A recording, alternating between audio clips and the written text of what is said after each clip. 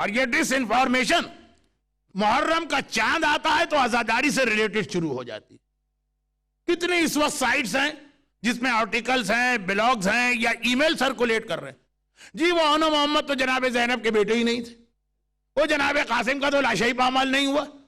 جی وہ اہل بیت تو قید ہی نہیں ہوئے، صرف 3 دن یزید نے محل میں احترام سے رکھا پھر واپس کر دی. اتنی ساری باتیں، یہ ڈس انفارمیشن آپ کو پتا بھی نہیں ہوگا. ہمارے بزرگ نے حیرت سے ہائیں کہہ دیا، جو کہ کیونکہ واقعاً یہ اس جنریشن کا مسئلہ نہیں، یہ ہمارے یوتھ کا مسئلہ.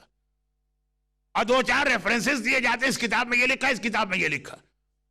نہ یوتھ کے پاس اتنی کیپیسٹی یا کیپیبلٹی کہ وہ کتاب اٹھا کے چیک کریں، اور نہ ان کے پاس اتنی نالج کہ اگر کتاب میں لکھا بھی ہے تو یہ دیکھ لیں کہ اس کے نیریٹر کون ہے. دعائے توسل میں بہت یاد آ جاتا ہے کہ راوی کمزور ہے.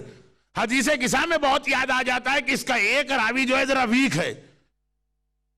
لیکن جو عزاداری کے حوالے سے ڈس انفارمیشن ہے، اسی میں ایک چیز اور سن لیجیے. بہت ہی آج کل اس وقت ان تاریخوں میں پھر یہ ایک ای میل سرکولیٹ ہو گئی کہ جی جناب قاسم کی مہندی نکالنا حرام.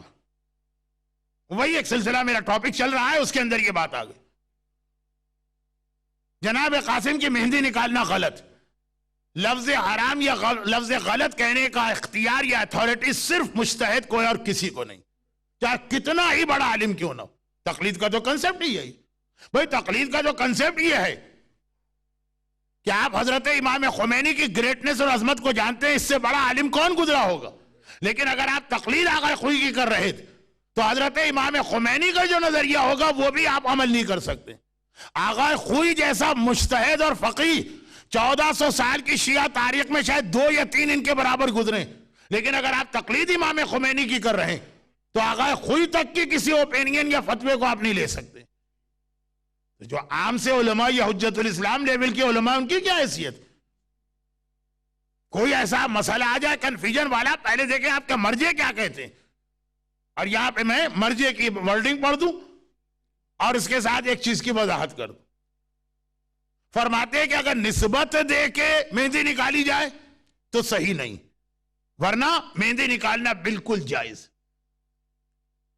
اب وہ سنیے نسبت. 2 باتیں اس میں کہہ دوں.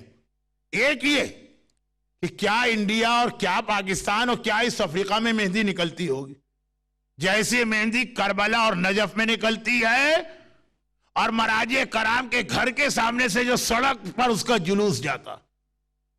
ہمارے ہاں تو عزاخانے میں کچھ بچے مہندی لے کے آ گئے، عقیدت اور احترام کے ساتھ ہم نے نسبت کی وجہ سے اس کا احترام کیا، اور یقیناً لوگوں کا تجربہ ہے کہ دعا بھی جتنے جلدی ان 2-3 جگہوں پہ قبول ہوتی.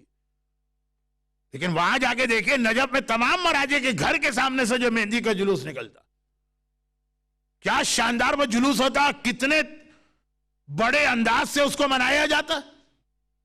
ایک مرجع نے نہ اس پہ اعتراض کیا، نہ اس کو روکا، نہ اس کو بند کیا. تو یہ تو ہو گئی پریکٹیکل بات. اب آئیے کہ اصل مسئلہ کیا.